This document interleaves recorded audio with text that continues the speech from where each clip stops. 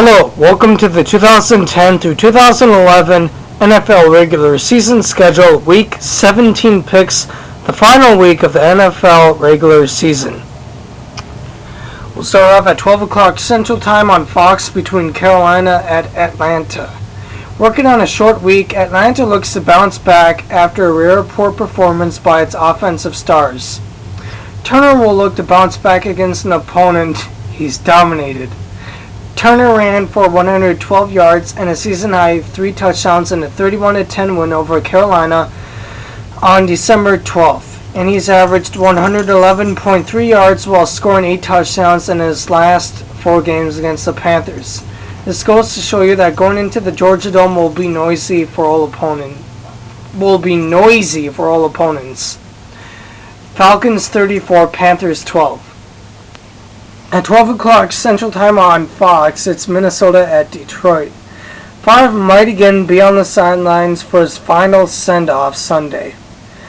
But Joe Webb's first start has the Vikings feeling better about their future under center as they look to keep the resurgent Detroit Lions from their first 4-game winning streak in more than a decade. Webb got the call Tuesday night against Philadelphia, 48 hours after that snow-delayed game was supposed to be played, and gave the Vikings something to think about for the finale and perhaps beyond. Webb threw for 195 yards and ran for 31 and a touchdown, engineering a stunning 24-14 upset that knocked the Eagles out of contention for a first-round bye week. Peterson has surpassed 100 yards in 5 of his last 6 games against Detroit, including 160 yards and 2 touchdowns in a 24-10 win on September 26th. Frazier, in my mind, is an A-plus person. That explains why he came from the Tony Dungy disciple of coaching. This guy is a god and a genius combined. Amen, Frazier. Vikings 21, Lions 16. At 12 o'clock Central Time on CBS, it's Pittsburgh at Cleveland.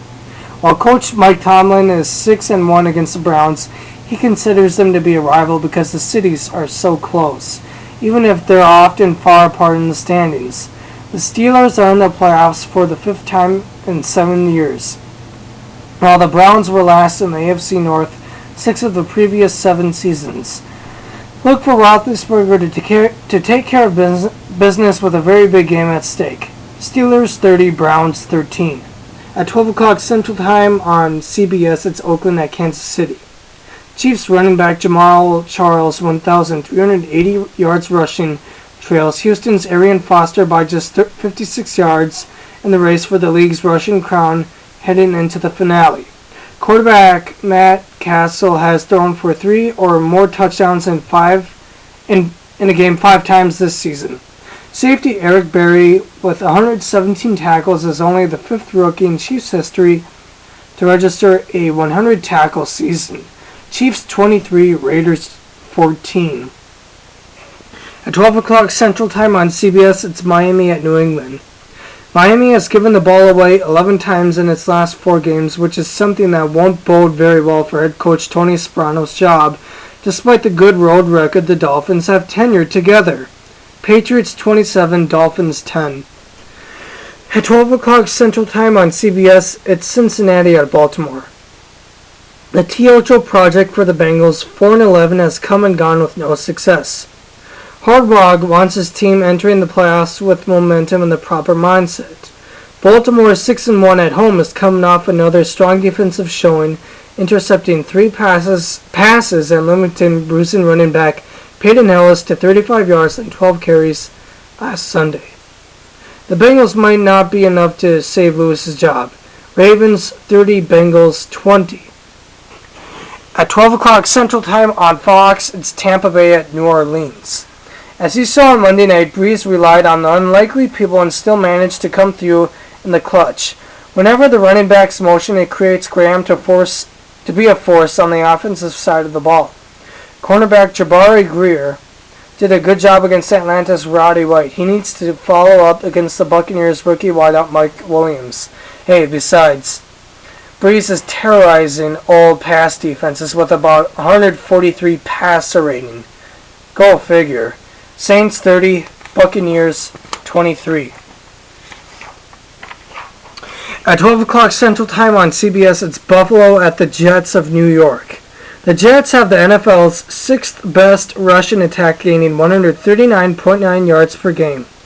The Danian Tomlinson needs 86 rushing yards to reach 1,000 for the 9th time in his career. He ran for a season-high 133 yards and 2 touchdowns at Buffalo in October. The Jets haven't finished better than 10-6 since going 12-4 in 1998. Meanwhile, for Buffalo, Bills quarterback Ryan Fitzpatrick is also banged up, nursing an assortment of aches and pains. He's listed as questionable after missing a 3rd straight practice Friday due to a knee injury. With Coach Chan Gailey saying he will be a game-time decision, Brian Brown would start in place of Fitzpatrick, who threw a season-high 3 interceptions and lost 2 fumbles in last week's 30-43 loss to New England. Rookie running back C.J. Spiller also lost 2 fumbles. Ouch! Jets 29, Bills 6. At 3:15 Central Time on CBS, it's Jacksonville at Houston. Kubiak's team will be trying to avoid its longest losing streak in 4 years. The Texans haven't dropped 5 in a row since losing the final 2 games of 2005 and starting 0-3 in 2006. Del Rio, whose job could also be in jeopardy if the Jaguars miss the postseason for a 3rd consecutive time, will try to help his club to its first back-to-back wins at Reliance Stadium. I'm of the skepticism that Del Rio will be done immediately after this game. Texans 22, Jaguars 16. At 3:15 Central Time on Fox, it's the Giants of New York at Washington. The verdict is already out there. Another loss for the Giants, and all hell will potentially break loose on the team's horrible handling of things getting out of control, which could can Tom Coughlin his job. The big key the Giants have to do is handle their character in the locker room. As of now, Coughlin is still going full force, and I will expect that the Giants will ride on their strength of their defense. Giants 21, Redskins 11. At 3:15 Central Time on Fox, it's Dallas at Philadelphia. The biggest problem for Dallas has been its defense, which surrendered the 2nd fewest points in 2009, but the 2nd most in 2010, despite a virtually intact lineup. The Cowboys have also plummeted from 9th in yards allowed in 2009 to 23rd this year. Philadelphia's Deshaun Jackson and LaShawn McCoy burned Dallas for big plays of 91 and 56 yards in a 30-27 Eagles road victory 3 weeks ago. Eagles 28, Cowboys 21. At 3:15 Central Time on Fox, it's Chicago at Green Bay. A playoff berth is on the line for the Green Bay Packers on Sunday.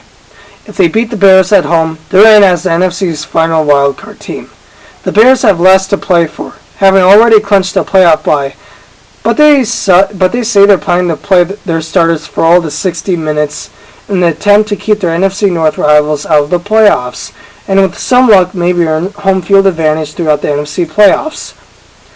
I will predict a shootout. Packers 40, Bears 30. At 3:15 Central Time on CBS, it's Tennessee at Indianapolis. Caldwell's team is trying to match Dallas's 1975 through 1983 team for the longest streak of postseason appearances in NFL history. Indianapolis has so far embraced the pressure, keeping its playoff hopes alive with 3 consecutive victories. The latest was 31-26 at Oakland on Sunday, in which it totaled 191 yards rushing, its most since 2007. The Colts' running game has been revitalized the last 2 weeks to help key the playoff run. They rolled up 155 yards on the ground against Jacksonville on December 19th and ran the ball 39 times against the Raiders. During this time span, linebacker Gary Brackett has managed to get the defense to the stardom they have been dreaming of, which will explain the fact that the Colts should be able to clinch another AFC South title. Colts 26, Titans 13. At 3:15 Central Time on Fox, it's Arizona at San Francisco. Skelton still appears to have work to do if he's going to be Arizona's quarterback next season. He's completed just 45.3% of his passes in 3 starts. The Cardinals have committed 7 turnovers and averaged 10.3 points and 249 yards in losing their last 3 meetings in the series. 49ers 24, Cardinals 8. At 3:15 Central Time on CBS, it's San Diego at Denver. It's likely the Denver Broncos will have a new coach next season. It remains to be seen if the San Diego Chargers will. The loss last week kept San Diego out of the playoffs for the first time since 2005. Tebow will get a third straight start Sunday, even though former starter Kyle Orton is healthy enough to play after being bothered by sore ribs. Orton probably could have played last week, but Tebow got the start and helped Denver end a 5-game losing streak with a 24-23 victory over Houston. Tebow, in my mind, is still learning how the NFL works, but I will look for him to manage and rally the Broncos if they need it really badly. Upset alert, Broncos 28, Chargers 26. Then at 7:20 Central Time on NBC, it's Sunday Night Football between St. Louis at Seattle. This should provide a great playoff atmosphere at Qwest Field. Even though St. Louis has 7 wins, Bradford has had to go empty on the tank for a long time. I say that because nobody has given the Rams recognition for what they have done and put together throughout this season. This turnaround does coincide with the learning and command that Bradford has put together. As for this stage in his career, this is going to be the biggest game of his life. I am certain enough to believe that he will play well in the 12th man of the hostile Seattle environment. And besides, St. Louis hasn't swept Seattle since 2004. When it also claimed a 27-20 victory in the playoffs. So I've got to believe that it will happen. Rams 13, Seahawks 6. And that concludes my 2010 through 2011 NFL regular season schedule, Week 17 picks. Stay tuned next week for the wild card weekend, either on Friday or Saturday morning. By the way, who you got?